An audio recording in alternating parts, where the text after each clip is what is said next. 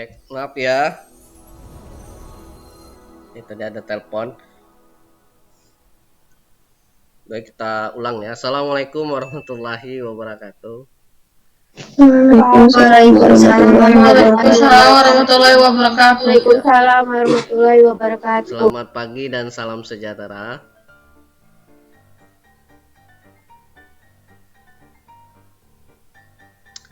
Alhamdulillah ya, kita hari ini dapat berjumpa melalui Maya dalam rangka pertemuan mata kuliah asuhan kesehatan gigi dan mulut individu. Nah, setelah 2 minggu lebih lamanya kalian berada di rumah sakit untuk praktek, sehingga mata kuliah kita skip dulu ya, sehingga hari ini baru bisa kita mulai lagi di pertemuan yang ketiga. Pertemuan tempo lalu kita sudah membahas apa?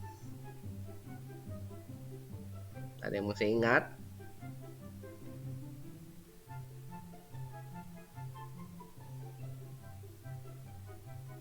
Pengkajian, Pak. Iya, pengkajian, betul sekali. Dimana pengkajian itu adalah tahapan pertama, dan kita udah bahas di pengkajian itu ada pengumpulan data ya, analisa data. Nah, yang bertujuan untuk mendukung kita dalam menegakkan suatu diagnosa. Nggak mungkin kita langsung bisa menebak kamu menderita pulpitis akut ya, dengan hanya melihat tatapan mata. Nah, kan nggak mungkin ya, perlu ada suatu rangkaian proses pengkajian di mana kita sudah mengumpulkan data ya, data keluhan, anamnesanya, data identitas pasien, kemudian data riwayat kesehatan umum ya, di mana riwayat kesehatan umum juga menentukan suatu penyakit kesehatan gigi dan mulut dan menentukan suatu tindakannya. Kemudian ada riwayat kesehatan gigi dan mulut, bagaimana perilakunya, apakah pemeliharaan kesehatan gigi dan mulutnya sudah baik.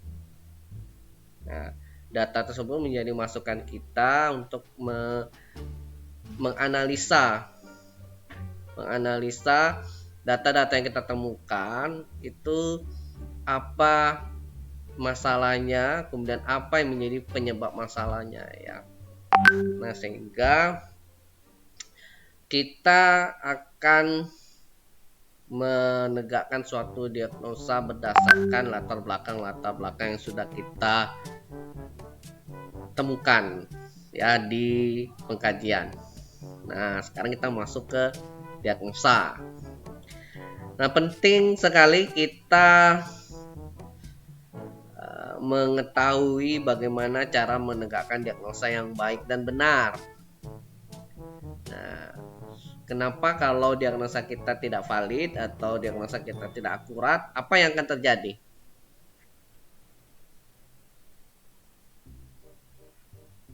Ada yang tahu?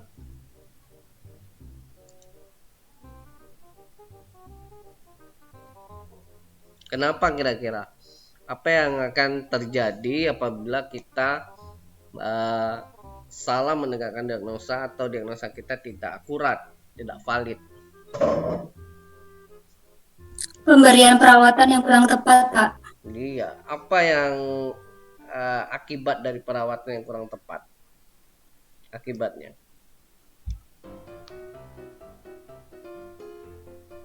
Salahnya memberikan obat, Pak. Salah memberikan obat. Nah, ujung-ujungnya itu adalah MLP.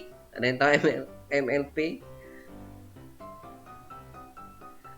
Malpraktek, Pak. Malpraktek ya.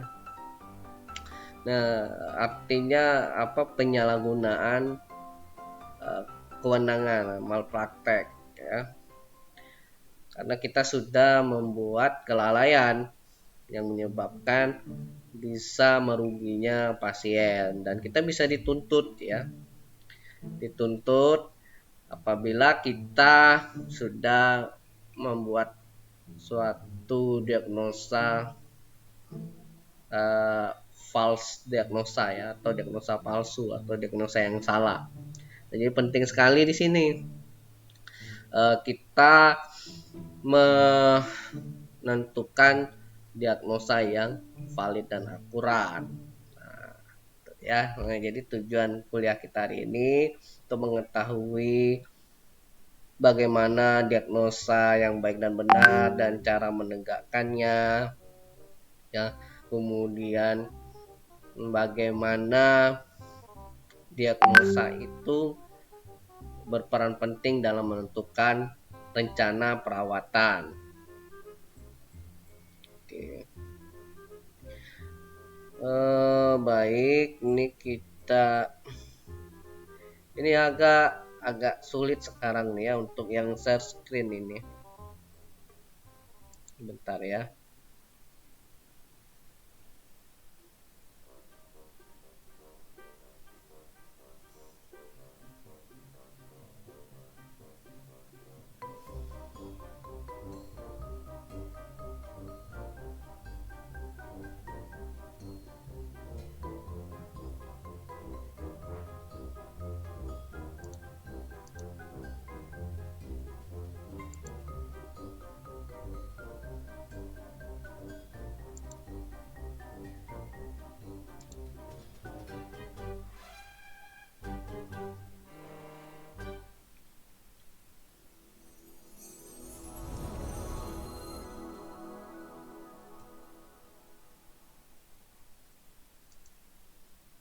Oke. Bisa terlihat ya? Tidak, Pak. Belum, Kak. Belum terlihat ya yang saya share ya? Belum, Pak. Oke, coba sekali lagi ya.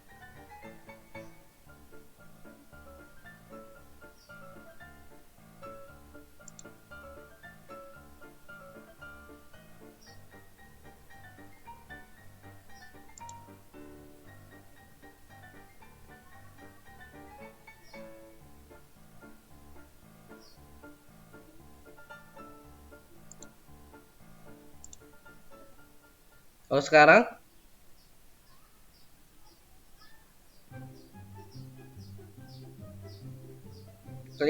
kelihatan nggak? Terlihat. Terlihat? Terlihat, Pak. Mang saya share apa? Diagnosis asupan gigi. Oh iya, artinya ini saya share buku pedoman modulnya ya. Nah, jadi saya belum sempat buat PowerPoint karena ya, saya juga terlena ya. Terlena kiraan kalian masih praktek di rumah sakit. Jadi ini kita sumber dari PowerPoint, sumber dari materi kita itu berada di modul individu pelayanan asuhan kesehatan gigi dan mulut individu ya. Kalian ada kan bukunya?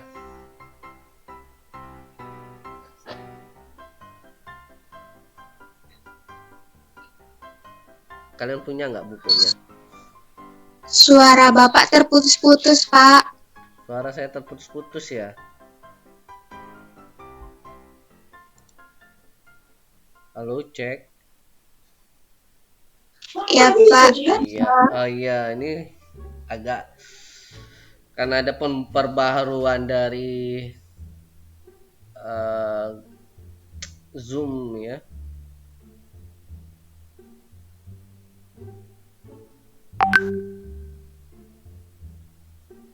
Nah, jadi agak lemot ya.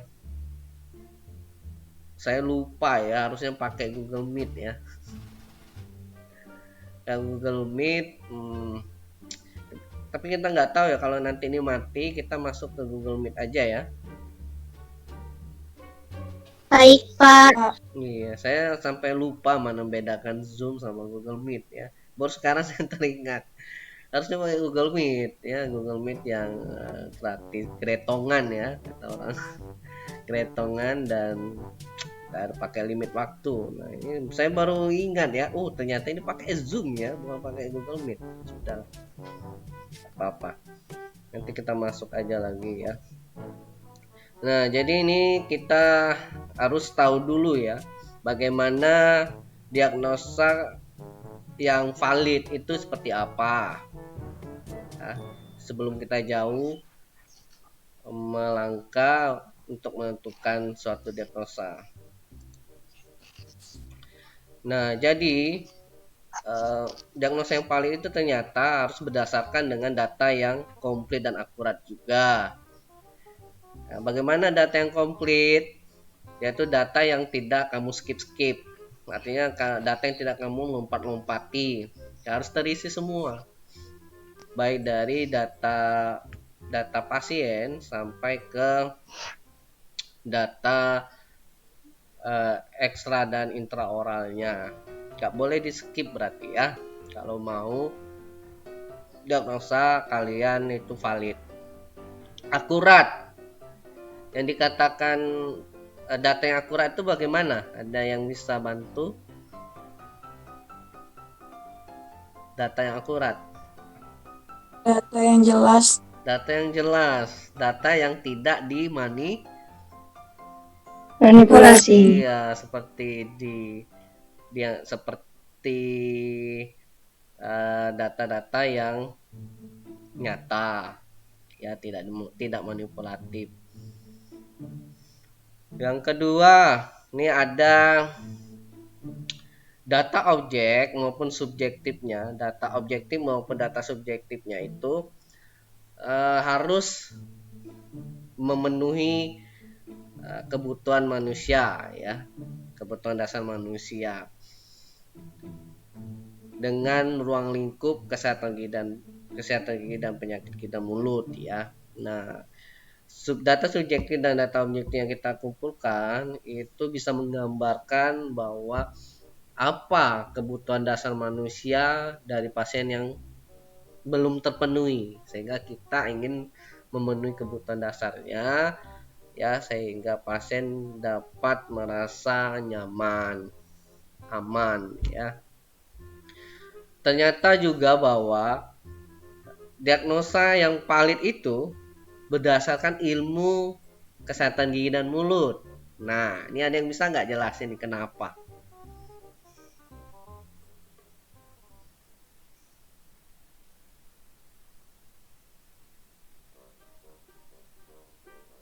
Nah, ini ternyata nih bahwa diagnosa yang valid itu berdasarkan pengetahuan ilmu kesehatan gigi dan mulut.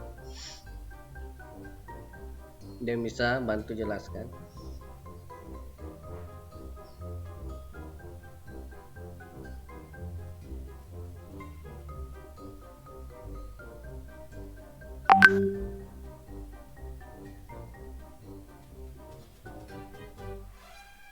Oke, ada yang bisa bantu jelaskan?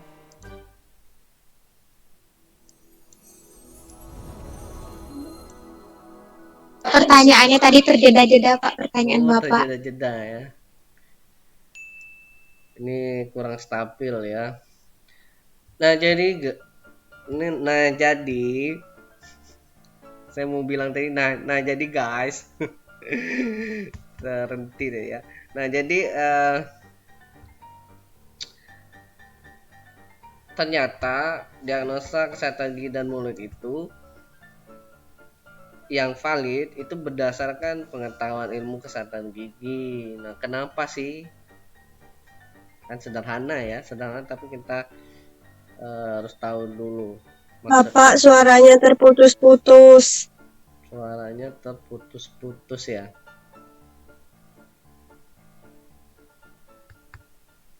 Iya, Pak, suaranya. Oke, nah coba sebentar ya. Coba kita nggak usah mana.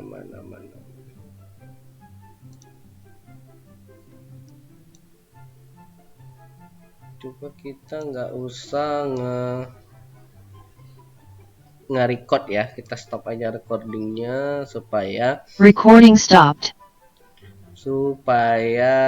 lebih stabil. Ya, oke, sebentar ya, sebentar.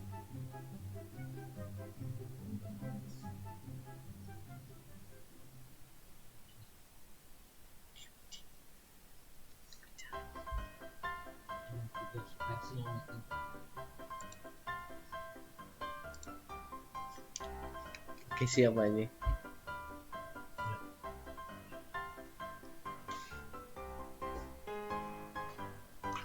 Aman. Nanti kalau mau bingung nanti konsul sama Bu Asi.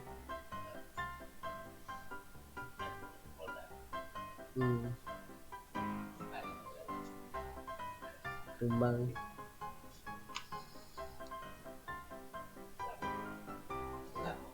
Baru mulai. Iya, Pak Haji. Yo, suun Pak Haji.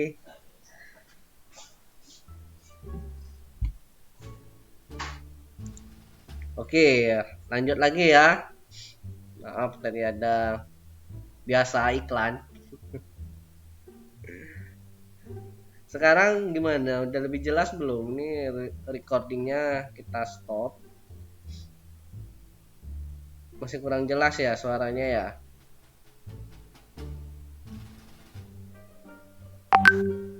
Halo, cek.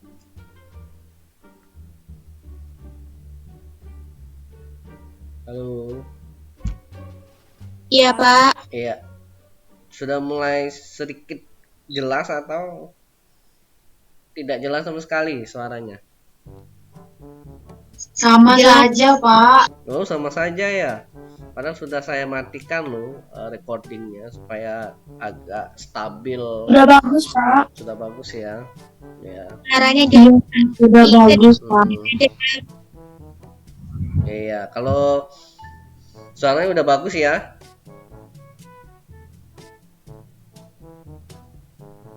Suaranya udah bagus.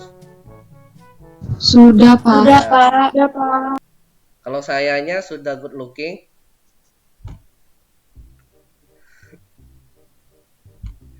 Ya, baiklah, kita lanjut lagi ya. Nah, ternyata nih guys, kata bahwa diagnosa kesehatan gigi yang valid itu berdasarkan pengetahuan ilmiah kesehatan gigi dan mulut. Ada yang bisa jelaskan?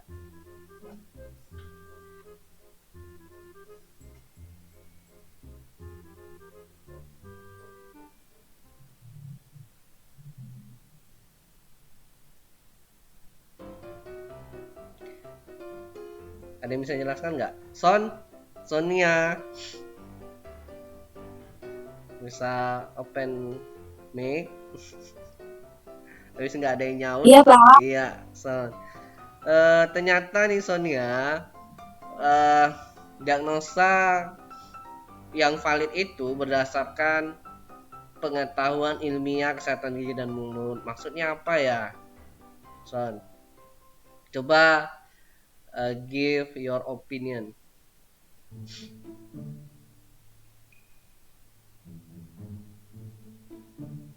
Ini yang di poin ketiga, Son. Di poin ketiga nih.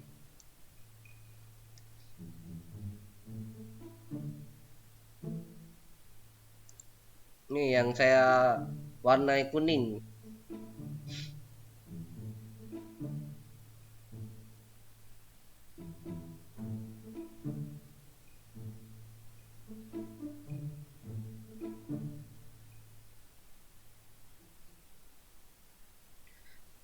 Opini saja, Son.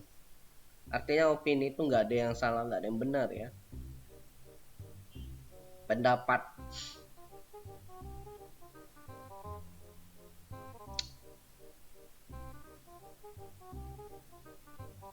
Oke, waktunya tinggal 1 menit lagi.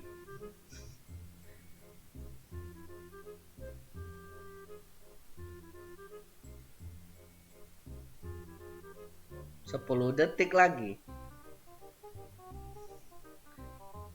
9, 8, 7 detik lagi, 6 detik lagi. Ayo Son, pendapat nih Son. Kalau pendapat nggak ada yang benar, nggak ada yang salah ya, kan pendapat kamu.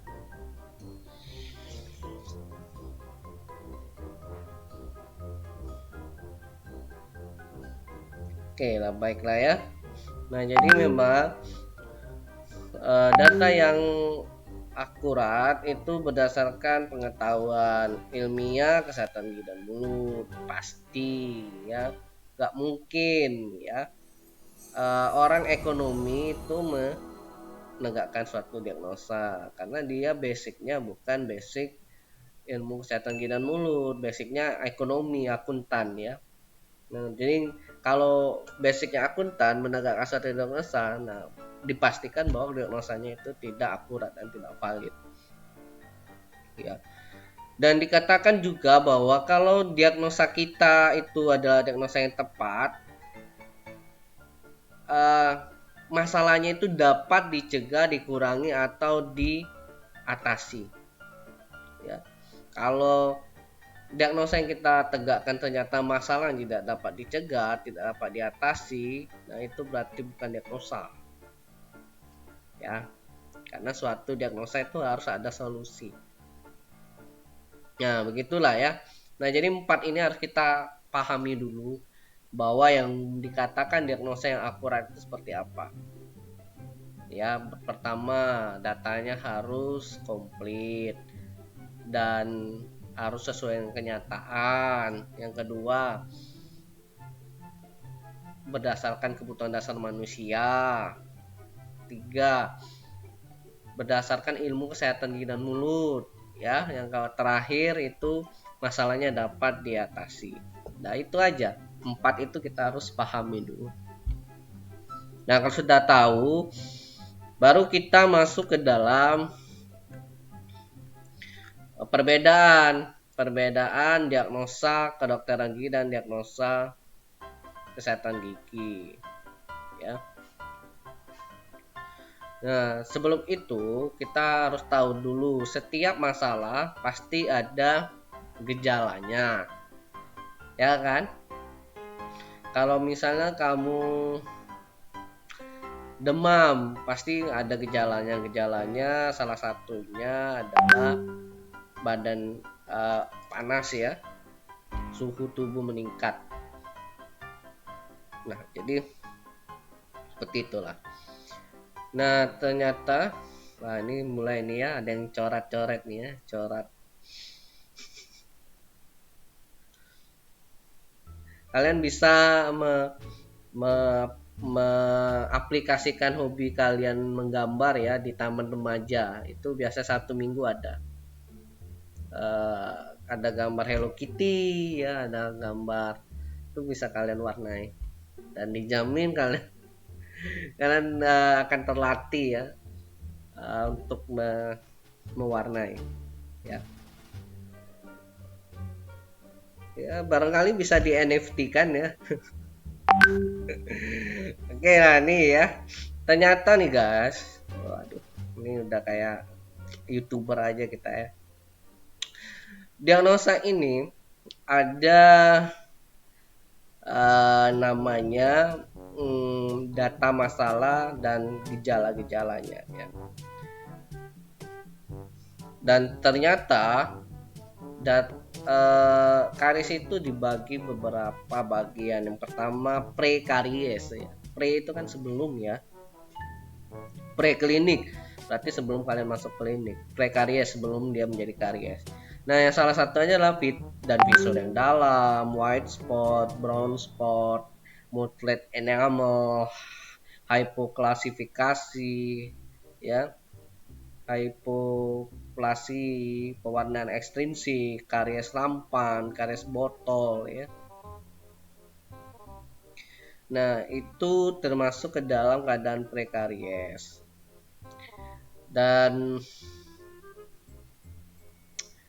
yang sering kita temui itu adalah pit dan visur yang dalam, rampan karies. Nah, ini saya juga bingung nih guys ya. Kok rampan karies itu masuk ke dalam keadaan prekaries ya. Padahal kalau sehari-hari kita di klinik atau yang kita tahu bahwa karies rampan itu sudah termasuk ke dalam karies ya. Karies yang terjadi dengan apa? Dengan luas ya, artinya biasanya terjadi pada gigi susu di rahang atas bagian depan. Nah, itu yang sering menjadi target rampan karies ini ya. Nah, kemudian ada karies mencapai email ya. Nah, ini kita harus kalian membedakan ya, bahwa yang mana miliknya dental hygienist atau dental terapis dengan dentis ya. Nah, kalau di kita itu karies email, dan sedangkan di dentis itu iritasi pulpa. Data subjektifnya anamnesanya ada keluhan utama. Data objektifnya itu artinya yang ditemukan ya. Data subjektif keluhannya kemudian kita pastikan dengan cara kita periksa ya. Nah, ini contohnya ya, untuk iritasi pulpa. Keluhan utama biasanya itu ada ngilu ya, sensitif, atau tidak ada keluhan sama sekali ya. Ternyata karies email juga terkadang menimbulkan keluhan ya, meskipun dia masih ke lapisan pertama. Kenapa ya? Ada yang tahu ya kenapa ya kok karies email di sini bisa ngilu, bisa juga tidak?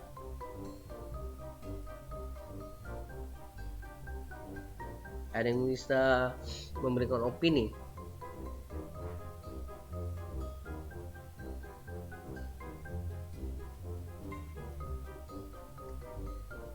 Oke. Ada yang bisa memberikan opini? Nah, ternyata karies email juga bisa ngilu ya, bukan hanya karies dentin. Nah, tapi nanti pasti ada perbedaannya, dan harus tahu dulu kenapa kok karies email juga bisa memberikan rasa ngilu ya. Ada yang bisa? Karena awal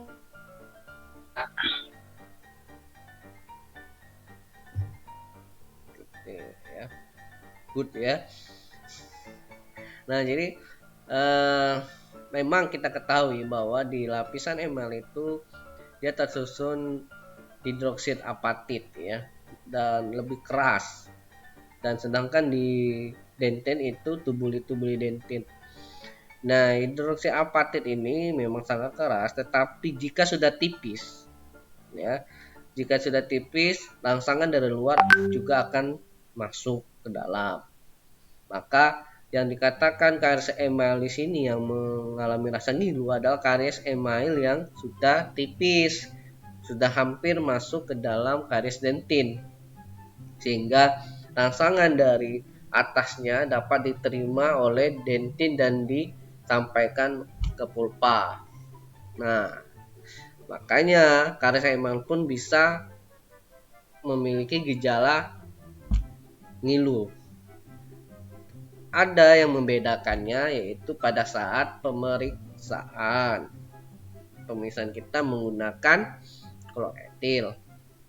Nah, di situ ketahuan, oh ternyata ini karies email, ini ternyata udah karies dentin. Kalau karies email ya, jika kita masukkan karton pelet yang sudah kita berikan kloretil, masukkan ke dalam lubangnya, dan kita angkat.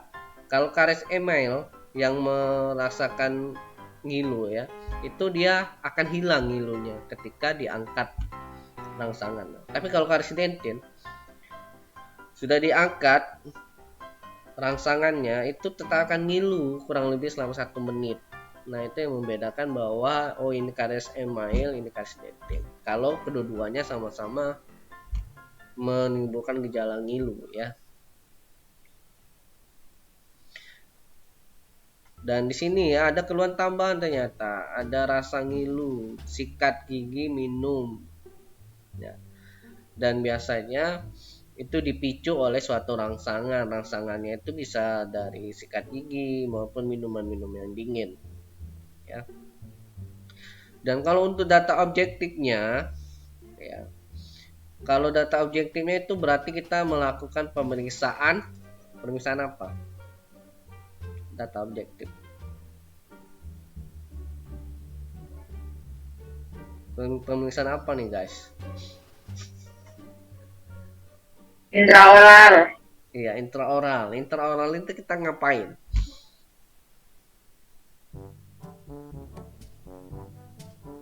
Betul sekali, kita melakukan pemeriksaan intraoral.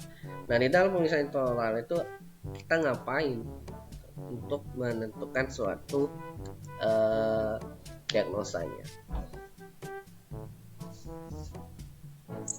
Memeriksa gigi pasien.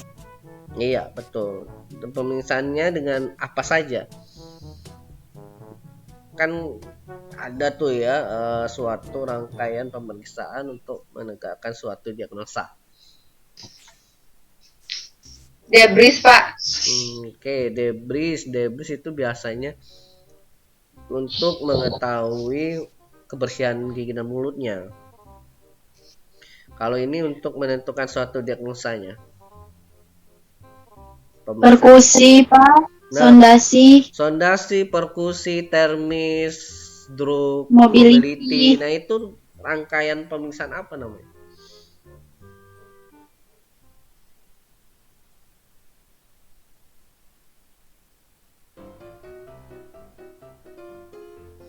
Dari semua yang kita sebutkan itu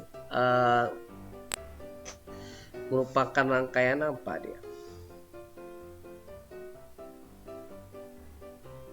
Tes vital atau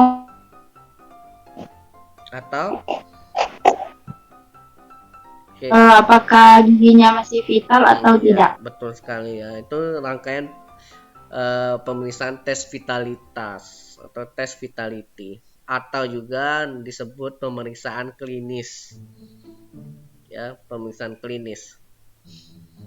Nah, dari pemeriksaan klinis itu kita melakukan yang namanya sondasi, termis, perkusi, drug, mobility. Nah, itu bertujuan untuk mengetahui apakah ini vital, apakah non vital, apakah kedalamannya dangkal, sedang, dalam.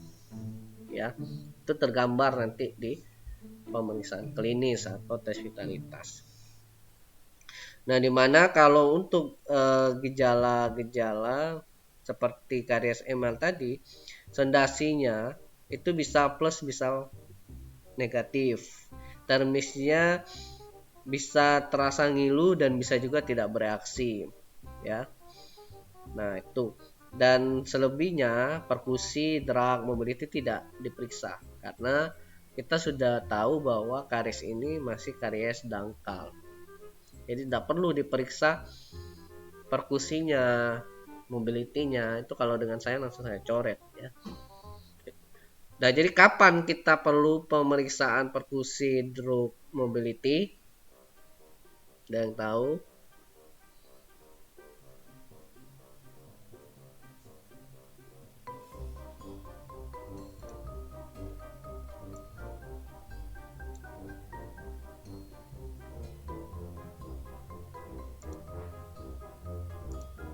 Ada yang tahu, guys?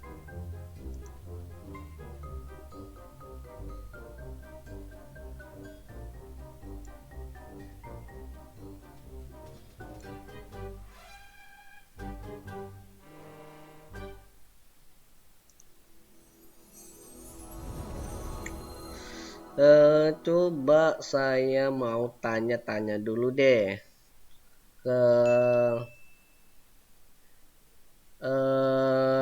Adinda Wisti. Halo Adinda.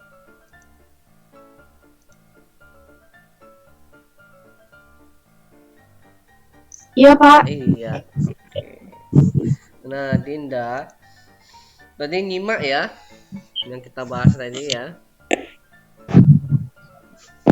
Iya, Pak. Iya, alhamdulillah. Nah, jadi eh, tadi kan udah dijelaskan bahwa mm, perkusi, drag, mobility itu kan nggak perlu diperiksa ya kalau KDS mencapai mile. Nah, tahunya dari KDS mile itu dari kita inspeksi kemudian sondasi ya. Kan itu jelas banget ya kedalamannya. Nah, jadi kira-kira perkusi, drag, dan mobility itu untuk pemeriksaan yang bagaimana sih? Kondisi yang bagaimana? Karies yang dalam, Pak. Oke, yang dalam. Kenapa? Kenapa pilihnya karis yang dalam?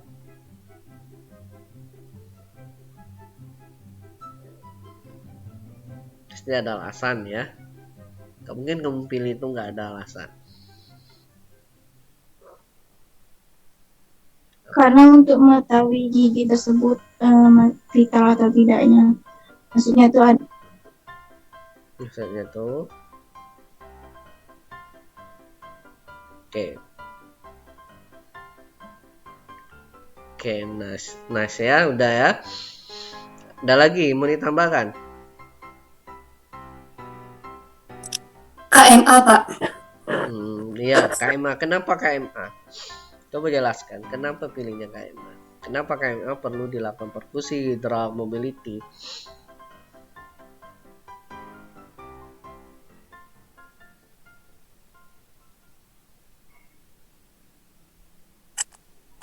Karena mungkin bisa jadi kemungkinan ada peradangan periapikal, Pak. Iya, bagus sekali Husnul Khotimah ya.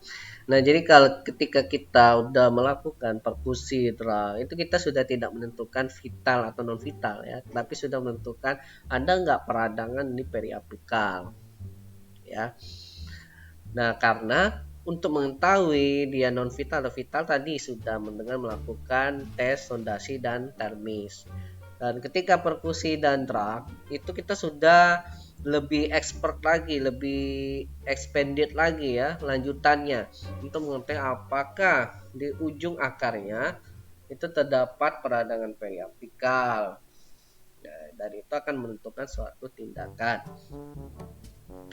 Dan mobility itu untuk mengetahui ya kegoyangannya dan apakah gigi yang sisa akar atau KMA itu sudah goyang atau belum ya, itu untuk menjadi pertimbangan dalam kita memberikan perawatan. Bagus sekali ya Husnul. Dan kemudian masuk ke KMD ya. KMD ini kalau di bahasa dentisnya ya, bahasa kedokteran giginya itu hiperimipulpa. Nah, ada yang bisa mendefinisikan nggak definisi dari hiperimipulpa? Kan sudah belajar PGM ya. Kalau ada yang masih ingat definisi hiperimipulpa adalah bla bla bla bla bla bla bla. Ada nggak yang bisa?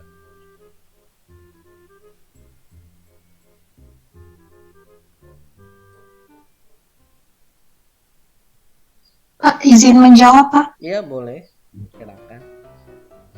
Hiperemipulpa itu karena terjadinya pelebaran pembuluh darah dalam pulpa, Pak, yang berlangsung lama akibat rangsangan karies. Ya bagus ya. Kayak definisinya udah bagus, sudah tepat. Nah jadi di hiperimipulpa itu ada apa namanya pelebaran pembuluh darah ya pada pulpa akibat dari rangsangan-rangsangan yang masuk. Dari mana rangsangan bisa masuk? Yaitu melalui pori-pori tubuli dentin. Nah, yang membuat rangsangan bisa sampai ke pulpa dan pulpa menerimanya ya menjadi terjadi pelebaran pembuluh darah yang menyebabkan rangsangan ngilu ya. Nah, seperti itu. Sama seperti yang tadi sudah saya katakan bahwa keluhan untuk karies mencapai dente ini juga ada keluhan ngilu. Bisa ngilu, bisa juga tidak ternyata ya di sini ya. Tidak ada keluhan. Nah, tapi jarang terjadi di jarang terjadi bila kariesnya mencapai dentin itu tidak ada rasa ngilu, jarang sekali ya. Nah, bisa saja kalau karies dentinnya baru masuk ke lubangnya baru masuk ke sedikit dentinnya atau di atas, kan ada email ya, kemudian dentin ya. Emailnya sudah masuk karies, kemudian baru nyenggol aja ya. Baru nyenggol dentinnya saja. Nah, mungkin bisa lah ya. Bisa juga nggak ada keluhan. Tapi rata-rata sih ya kalau sudah masuk ke dentin itu biasanya ngilu. Ngilu. Ya. Kemudian juga data objektifnya yaitu sondasi termis sudah pasti positif semua ya. Kemudian ada KMP ya, karies mengenai pulpa. Kalau bahasa dentisnya pulpitis. Nah, pulpitis ini ada pulpitis akut ya, ada pulpitis akut dan ada pulpitis kronis ya. Nah, kalau pulpitis akut itu pulpitis yang terjadi secara pulpitis akut apa? Bedanya pulpitis akut sama pulpitis kronis, ada yang bisa jelaskan?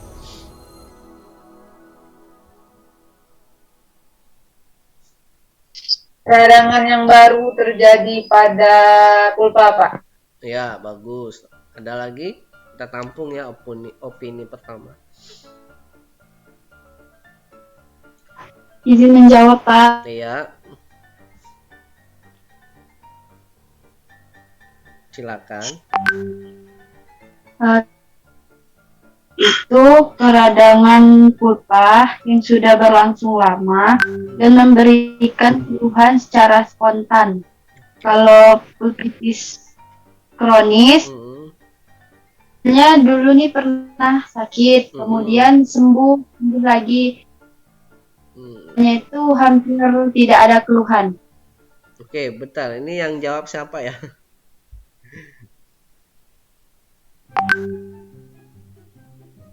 Ini yang jawab tadi siapa ya? Nivi, Pak. Nivi, ini nggak masuk di sini ya, bentar ya. Nivi ya.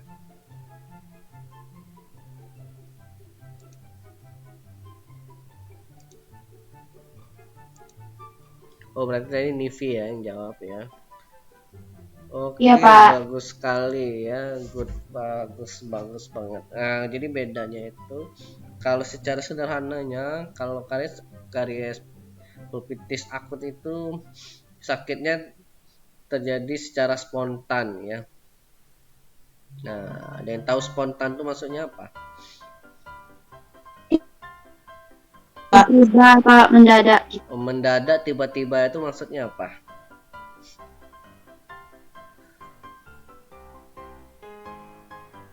Tiba-tiba terasa sakit, Pak. Terasa sakit. Tiba-tiba terasa sakit. Tiba-tiba itu Tangan, Pak, tiba-tiba ada. Tiba-tiba itu maksudnya apa? Tiba-tiba terasa sakit. Tiba-tiba itu maksudnya apa?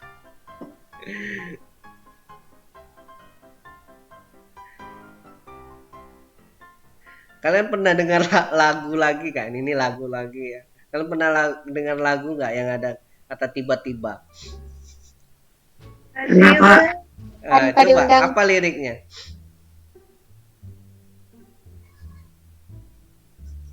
Kamu tak diundang, Pak. Tamu tak diundang ya. Ada lagi? Kan kayak lagu lirik itu tiba-tiba kamu cinta datang ya. Nah, berarti cinta itu datangnya secara tiba-tiba maksudnya? Tidak terduga, Pak. Tidak terduga. Atau tidak ada angin, tidak ada hujan ya, tiba-tiba datang ya. Artinya dia itu tanpa rangsangan ya. Kalau di pulpitis akut tuh tanpa rangsangan apapun ya, tiba-tiba dia kita langsung sakit. Nah, beda dengan pulpitis kronis ya, hiperemi pulpa itu ada rangsangan dulu ya, baru ngilu, ada rangsangan dulu baru sakit. Tapi kalau akut itu dia tiba-tiba, walaupun gak ada rangsangan ya, kita merasakan sakit. Nah, itu yang namanya pulpitis akut. Kalau pulpitis kronis, dia itu sudah berlangsung lama, dulu pernah sakit, sekarang tidak lagi ada keluhan ya. Nah, tapi bisa-bisa kadang-kadang bisa terasa sakit apabila ada rangsangan. Rangsangannya itu apa? Misal masuk makanan, makanan yang dingin, makanan yang panas dan sebagainya ya, makanan yang manis. Harus ada rangsangan dulu baru dia sakit ya. Kemudian baru pulpitis akut pulpitis kronis eksacerbasi akut, dimana pulpitis kronis yang dulu tidak ada keluhan atau kadang-kadang ada keluhan tiba-tiba menjadi akut ya, tiba-tiba menjadi spontan sakitnya karena dia kembali ke akut yang disebabkan oleh penurunan daya tahan tubuh ya, nutrisi yang kurang ya. Orang yang doyan makan mie terus ya, nah itu kalau dia ada pulpitis kronis itu akan cepet itu jadi pulpitis akut ya, apa ya, jadi kurangi makan mie terus ya. Jadi makanan yang bergizi, yang bernutrisi.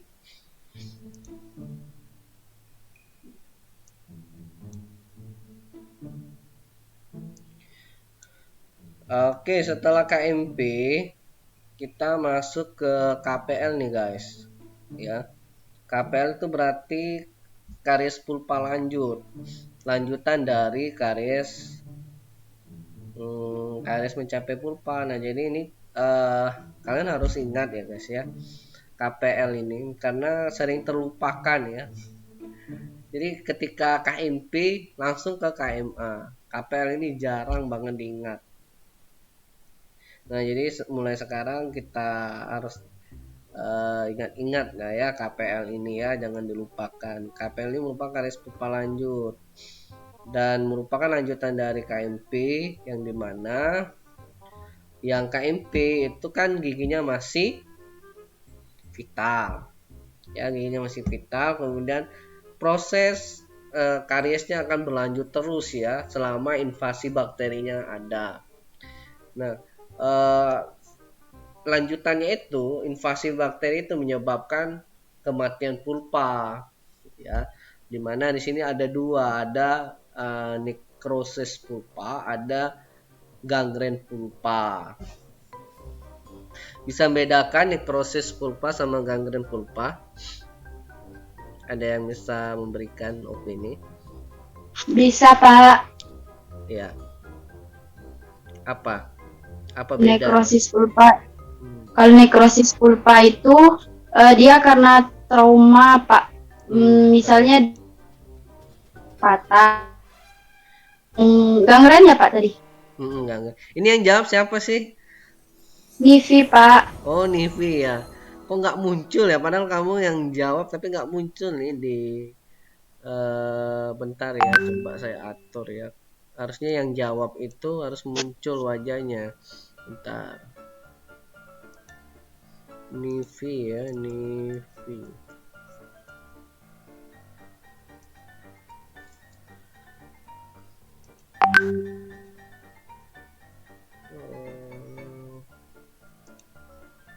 Nah, baru muncul ya. Oke, Nivi ya, apa tadi kalau yang satunya? Kalau gangren itu dia sudah nggak vital lagi, Pak. Kalau yang nekrosis? Misalnya dia penyebabnya karena trauma, mungkin dia terjatuh, terus giginya patah gitu, Pak. Terus mati pulpanya ya. Nah, kalau yang gangren pulpa itu matinya pulpa itu karena apa? Apa karena benturan juga atau karena yang lain? Tidak, Pak. Jadi karena bakteri mungkin, Pak. Oke, bagus sekali. Karena bakteri ya, nggak usah pakai mungkin ya. Karena bakteri ya, betul sekali. Nah, kalau yang gangren itu karena bakteri, karena adanya invasi bakteri tadi ya, ada kegiatan bakteri tersebut di situ. Nah, kok bakteri ini bisa membuat jaringan gigi lunak ya? Kok bisa sih? Ada yang bisa jelasin? Kenapa bakteri kok bisa menghancurkan gigi itu?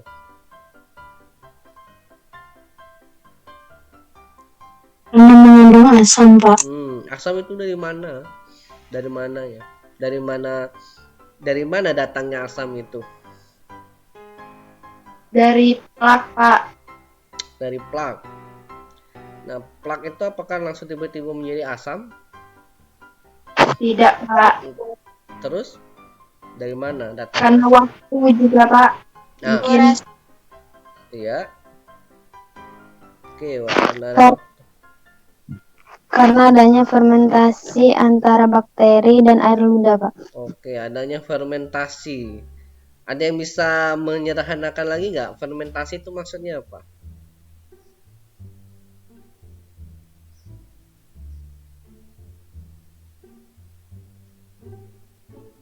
Pengasaman, Pak. Pengasaman. Pengasaman itu dari demineralisasi. Oke, demineralisasi itu adalah penghancuran ya. Penghancuran email.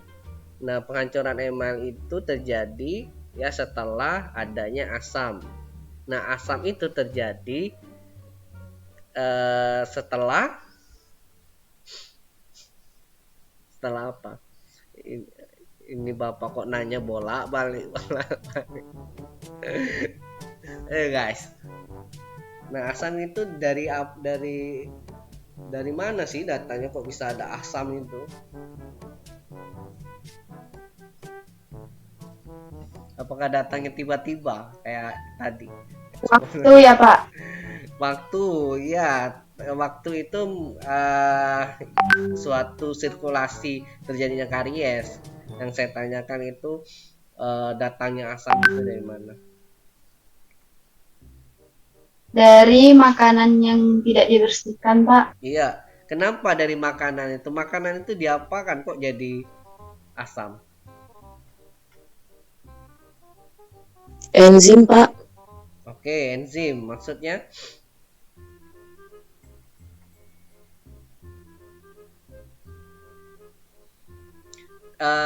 Ternyata guys ya, bakteri itu juga makhluk Hidup. Iya, tuh ada yang bisik-bisik.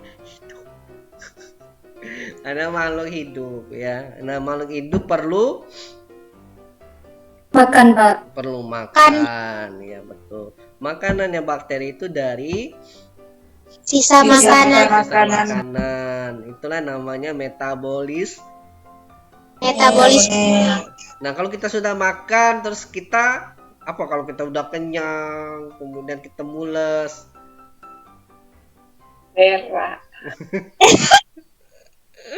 Nah, itulah ya hasil dari metabolisme yang diciptakan bakteri itu, kemudian kan dikeluarkannya menjadi suatu asam ya. Nah, asam itulah yang menyebabkan demineralisasi, penghancuran lapisan email ya.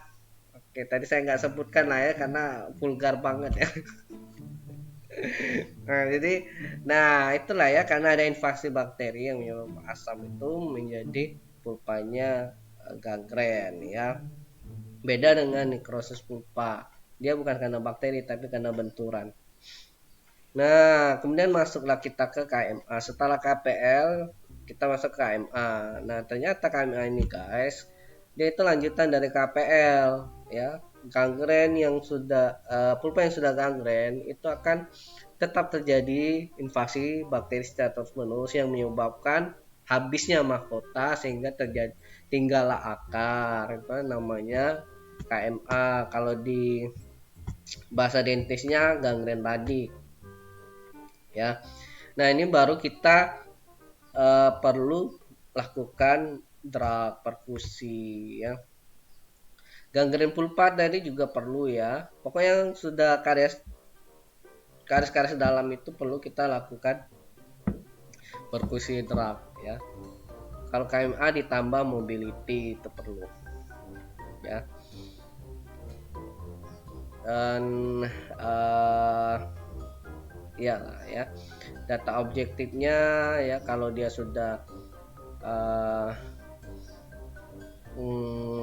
karis mencapai akar itu biasanya ada keluhan ya, ada keluhan eh, gigi tajam atau gigi sakit ya pada saat eh, apa namanya itu terkena makanan yang keras ya, karena biasanya juga sudah terjadi peradangan periapikal, tergantung nanti hasilnya apakah perkusinya positif. Kalau positif berarti ada peradangan ya. Dan secara nyata bahwa gangren radik itu rupanya sudah non vital ya, non vital artinya tidak ada reaksi lagi kalau di termis, tapi ada reaksi sakit bisa ya, karena gangren radik itu tidak menutup kemungkinan terjadi peradangan pada periapikal. Nah, kemudian masuk ke kelainan jaringan penyangga ya, ada periodontitis, gingivitis, sulcus gingiva, perforasi radik, ya epulis, benjolan, granuloma, dry socket ya. Nah, ini termasuk kelainan jaringan. Granuloma itu tahu lah ya, itu biasanya pada karies yang sudah dalam, itu ada kayak daging tumbuh ya, bahasa awamnya ya, tapi itu disebut granuloma. Dry socket, ada yang tahu dry socket?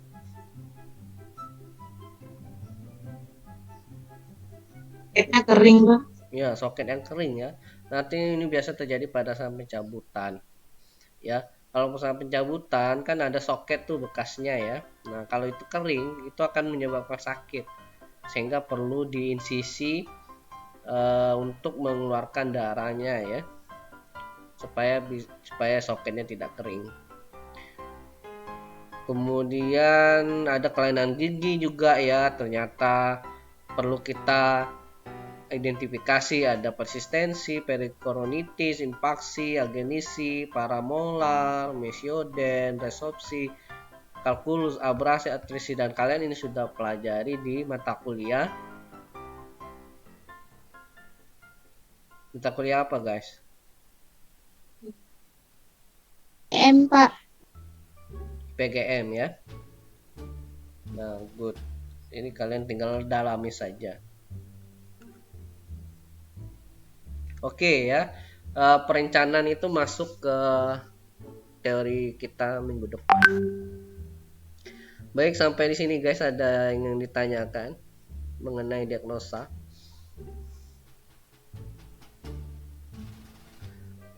Ada yang ditanyakan guys, jangan malu-malu ya.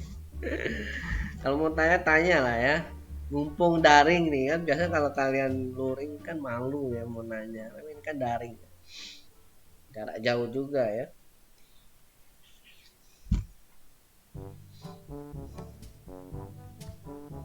Izin bertanya, Pak. Iya, silakan, siapa nih yang ingin bertanya dulu? Saya stop share aja ya, supaya kelihatan wajahnya secara menyeluruh. Bentar ya. Oke, yang mau tanya siapa? Saya Pak Mesruni, Pak. Mesruni, oh vokalis ya. Ya, silakan Mei.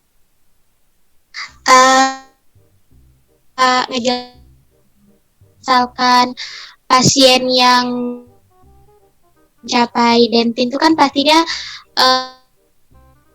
kayak ada ngerasa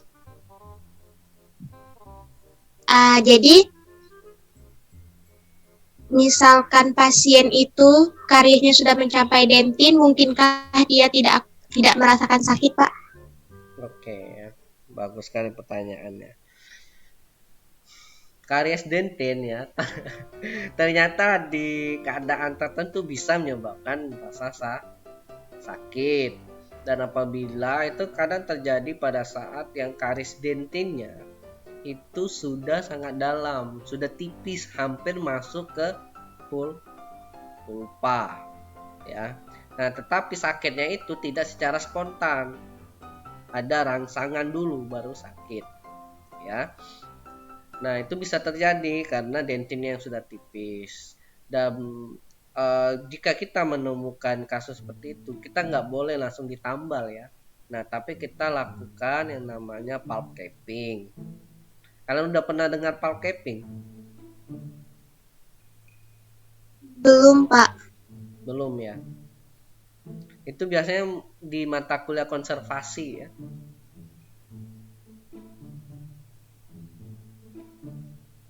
Jadi pulp capping itu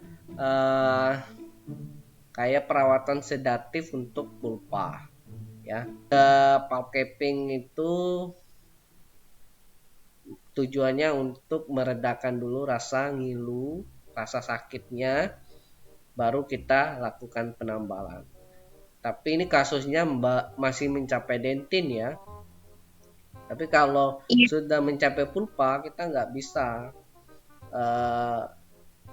ditambal, harus kita rujuk. Bisa kita lakukan pulp capping, tapi akhirnya kita rujuk.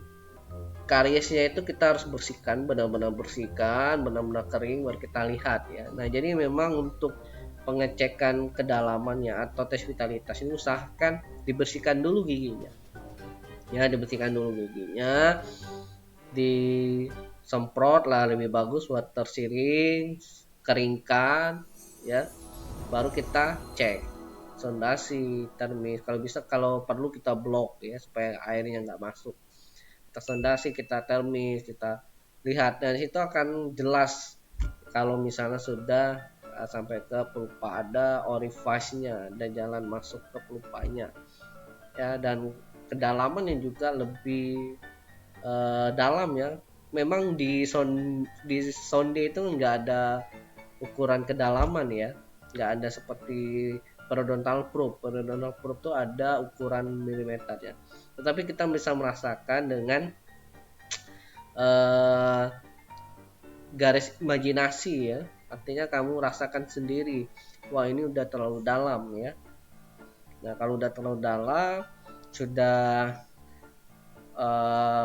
merasakan keluhan sakit spontan, nah berarti udah karies pulpa. Tapi kalau dia belum merasakan sakit spontan, cuma ada rasa sakit ketika ada rangsangan dan kita lihat kedalamannya juga masih dentin, nah itu bisa kita lakukan penambalan, tapi sebelumnya dilakukan pulp capping ya.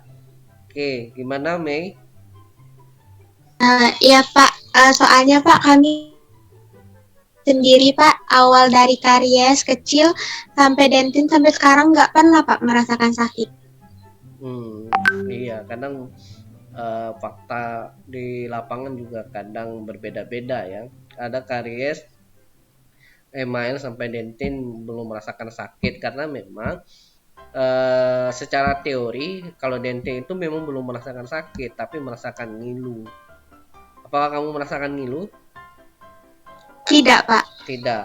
Oke, berarti perlu kita lihat dulu kedalamannya ya. Apakah kamu sudah pernah diperiksa?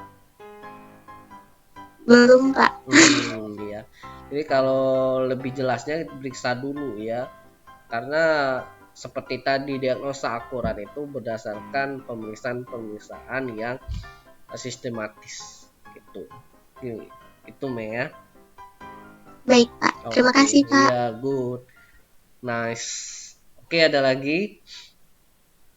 Iya Pak, izin bertanya Iya, Pak. boleh Farah.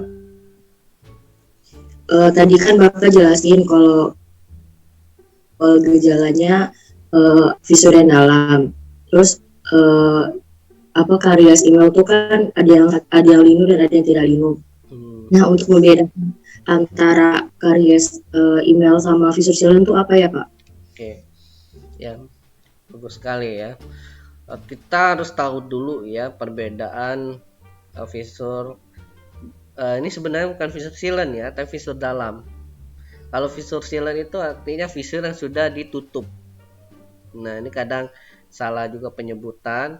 Dimana fisur dalam itu kebanyakan bilangnya fisur silen, bukan ya, tapi fisur dalam. Fisur silen itu apabila sudah kita tutup, nah baru kita bisa katakan itu fisur silen. Tapi sebelum ditutup itu dikatakan fisur dalam. Fisur dalam merupakan golongan pre-karies ya, atau sebelum karies. Dan sedangkan karies email itu sudah masuk ke karies. Nah, itu dulu.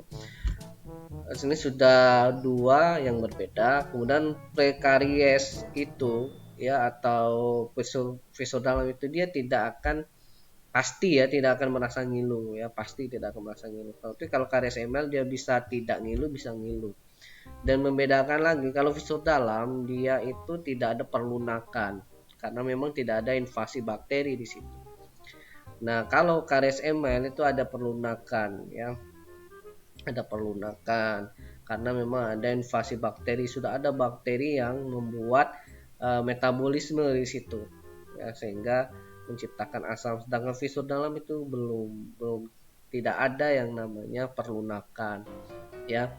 Dan biasanya juga kalau yang karies itu dia nyangkut ya kalau kita araba dengan sonde, dan kalau visur dalam itu biasanya nggak nyangkut ya, tapi ada juga nyangkut kalau dia celahnya sempit. Nah, jadi kita memang harus kita analisa betul ya. Kadang ada hampir mirip, ada juga yang berbeda. Dan kalau yang visur dalam yang sempit ya, yang sempit itu yang nyangkut itu usahakan jangan di visur sealant karena nggak efektif juga. Kontranya dari visur sealant itu bukanlah visur dalam yang sempit. Kalau visur dalam yang sempit itu nggak efektif ya, karena kita pada saat kita visur sealant itu kan kita membersihkan visur dalam itu ya, agar tidak ada sisa-sisa makanan maupun plak-plak di sana ya. Nah, jadi kalau yang sempit yang sulit itu nggak direkomendasikan untuk visur dalam visur sealant, tapi harus dilakukan penambalan, dibuka jalan masuknya ya, supaya bisa membersihkan di dalam ceruk yang dalam itu. Mungkin seperti itu ya, bisa dipahami Clara? Bisa Pak. Ya, Terima kasih Pak. Iya, bagus sekali. Oke, ada lagi? Ada lagi guys? Oke, kalau nggak ada, kita lanjut nanti di pertemuan berikutnya. Kemungkinan luring ya. Minggu ini daring karena ada something wrong ya, asik. Ada surat edaran juga dari Pak Dir bahwa kalau yang teori itu kalau bisa daring ya, untuk mencegah Omicron ya. Ada yang bilang itu ibunya COVID-19 ya, Omicron katanya ya, saya juga nggak paham.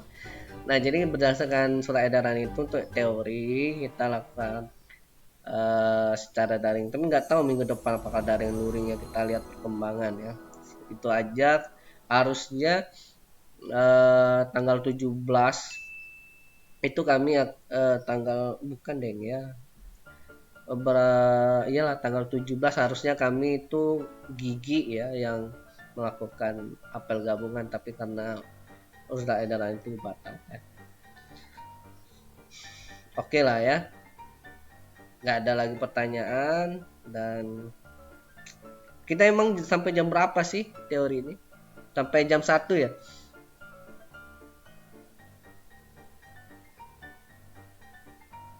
Sepuluh 10.30 Pak. 10.30, masih ada waktu 30 menit ya. Cuman kebetulan materinya juga udah habis ya. Kalian bisa gunakan 30 menit itu untuk belajar mandiri, bisa kalian searching, kalian penasaran dengan palpaping, bisa kalian kepo-kepoin palpaping tuh ya. Kemudian materi-materi yang sudah kita bahas. Untuk PowerPoint-nya nanti saya buat dulu ya, nanti saya kirim. Atau kalian bisa juga baca di buku asuhan itu ya. Nah, disitu udah lengkap banget itu. Kalau kalian ingin lebih dalam lagi bisa baca di situ. Oke, perbanyak maaf. Terima kasih sudah bergabung. Nih saya tunggu ya. Tadi ada yang belum di checklist ini. Si siapa tadi? Jihan Audia sudah ada.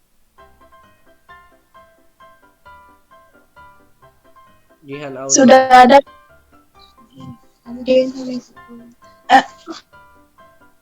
Mana?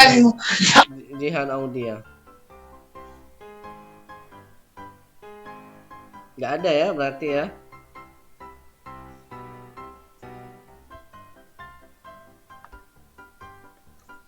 Kemudian Pasha Akbar ada. Hadir Pak. Oh iya, ganteng Ya. banget Pasha sekarang. Oh, Oh, habis potong rambut Pak. Oh, habis rambut, mantap ya. Udah kayak Pasha ungu lah ya. Maaf Pak, Jenaudia hadir Pak. Mana? Jenaudia hadir. Mana? Hadir Pak. Oh, pakai ini ya, Mesuruni. Iya Pak. Oh, tapi dengerin tadi ya. Dengar Pak. Betulan ya. Iya Pak. Jihan Nurulan. Ada Pak. Oh, ada. Oke. Pasha tadi udah ada. Zidan. Hadir Pak. Oh, oke, ini juga nih, mas ganteng satu nih ya. Zidan. Fiona ada. Hadir Pak. Oh ada. Good. Fatur Rahman, Fatur. Nah, ini kebanggaan saya nih, mana Fatur nih?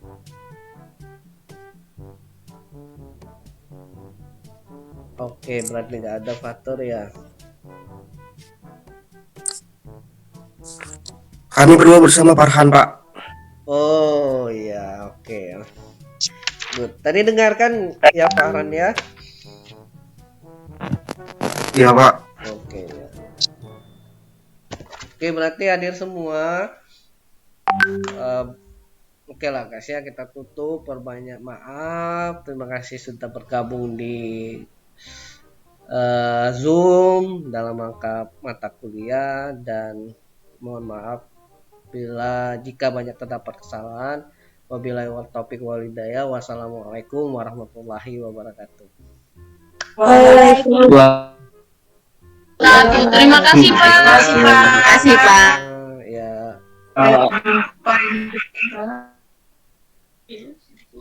Sudah. Sampai jumpa di minggu depan ya kan?